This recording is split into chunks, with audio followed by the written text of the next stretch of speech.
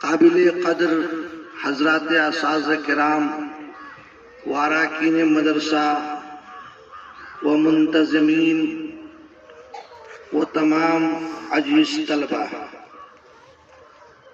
آج کا دن ہندوستان کی تاریخ میں ایک عظیم دن ہے۔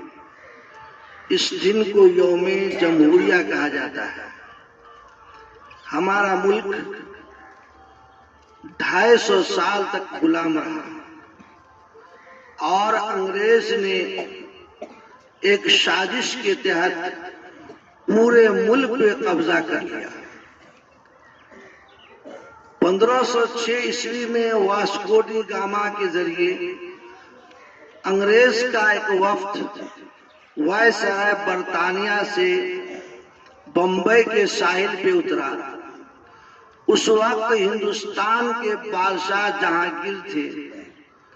ان سے انہوں نے اجازت لی کہ ہم ایسٹ انڈیا کمپنی کے نام سے کمپنی بنائیں گے اور اس سے جو نفع حاصل ہوگا ہم ہندوستان کی ترقی میں خرچ کریں گے۔ لیکن اپنی شاطرانہ چال سے انہوں نے ہندوستان کو غلام بنا لیا۔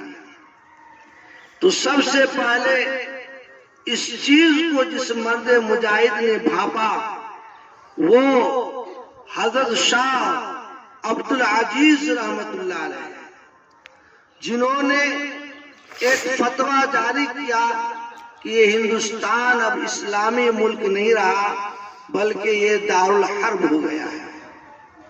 لہذا اس فتویٰ کے بعد بنگال میں نواب سراج الدولہ نے ایسٹ انڈیا کمپنی کے خلاف زبردست عالمی بغاوت بلند کیا اور انہوں نے جامِ شہادت نوش فرمائی اور کچھ اپنوں کی غداری کی وجہ سے فتح حاصل نہ ہو سکی۔ دوسری طرف سرزمین دکن میں ٹیپو سلطان نے انگریز کے خلاف جہاد کا اعلان کیا اور اس مرد مجاہد نے کہا کہ ہندوستان میں شیر کی ایک دن کی زندگی گیدڑ کی 100 سالہ زندگی سے بہتر ہے۔ اس مرد مجاہد نے ہندوستان سے انگریز کے ناپاک قدم کو اکھاڑ پھینکنے کی پوری جد و جہد کی اور اسی حال میں ہندوستان کے لیے شہید ہو گئے۔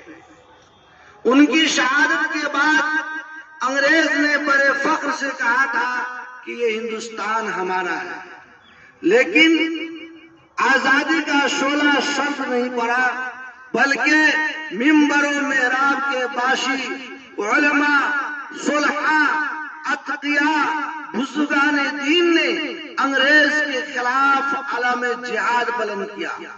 حاجی امداد اللہ مہاجر مکی رحمت اللہ علیہ امیر جہاد منتخب ہوئے اور بہادر شاہ ظفر جو مغلیہ سلطنت کے آخری چراغ تھے ان کی قیادت میں شاملی کے میدان میں 1857 کا انقلاب برپا ہوا۔ اس جنگ میں 57,000 علماء کرام شہید ہوئے اور انگریز نے اس جنگ کو غدر کا نام دیا۔ اس نے جگہ جگہ سولیاں نصب کی۔ دلی کی چاندنی چوک سے لے کر درہ خیبر تک ہر درخت پر علماء کی لاشیں لٹکی ہوئی تھی۔ علماء کو کالے پانی کی سزائیں سنائی گئیں اور مالدہ کے جیل میں رکھا گیا، احمد آباد کے ساورمتی جیل میں رکھا گیا، جلیانوالہ باغ میں گولیوں سے بھون دیا گیا۔ تو دوسری طرف بکسر کے میدان میں ہندوستانیوں نے انگریزوں سے جنگ کی اور عنایت علی، ولایت علی عظیم آبادی نے سرزمین پٹنہ کو جنگ کا ایسا میدان بنا دیا کہ انگریز ڈرتا تھا جس صوبہ سے وہ صوبہ بہار ہے اور وہ عظیم آباد پٹنہ ہے جہاں کے علماء میں مولانا عنایت علی عظیم آبادی نے رنگون کے قید خانے میں بیٹھ کر علم السیرہ لکھا ہے، اور پھر انہوں نے تحریک آزادی اس طور پر چلائی کہ انگریز نے غصہ میں پٹنہ کے سارے گھروں کو مسمار کرنے کے بعد گدا سے ہل چلایا تھا۔ تاریخ گواہ گرزے کی بڑی قربانیوں کے بعد ہمارا ہندوستان آزاد ہوا، اور اس ہندوستان کی آزادی میں جب 1920 میں جبکہ گاندھی جی ساؤتھ افریقہ میں تھے، مولانا محمود حسین دیوبندی رحمت اللہ علیہ نے انہیں ساؤتھ افریقہ سے بلایا اور آزادی کا لیڈر بنایا، تو اس وقت سے ہندو مسلم اتحاد کے ساتھ 1947 میں آزادی کا سورج طلوع ہوا۔ آزادی کے بعد ہندوستان کا کوئی قانون نہیں تھا۔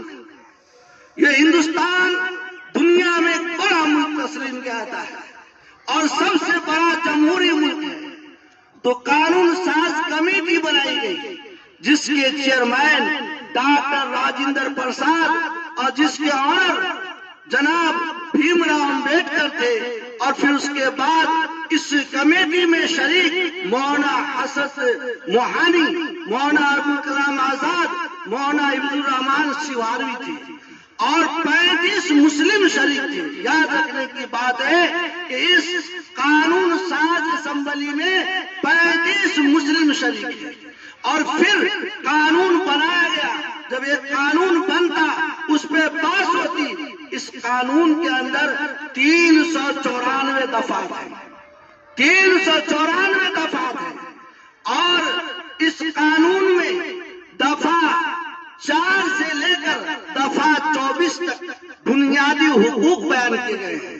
بنیادی حقوق میں جان و مال کا تحفظ آتا ہے، بنیادی حقوق میں مذہب کی آزادی آتی ہے، بنیادی حقوق میں رہنے سہنے کا اختیار ہوتا ہے، یعنی جو بھی ہندوستانی ہے اسے ہندوستان کے پورے خطہ میں جہاں وہ چاہے بود و باش اختیار کر سکتا ہے۔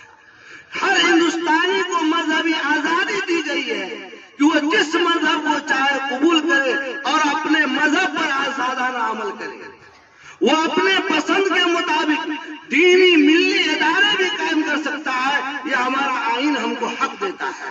لہذا ہم موجودہ حکومت سے اور ہندوستان کے سارے ہندو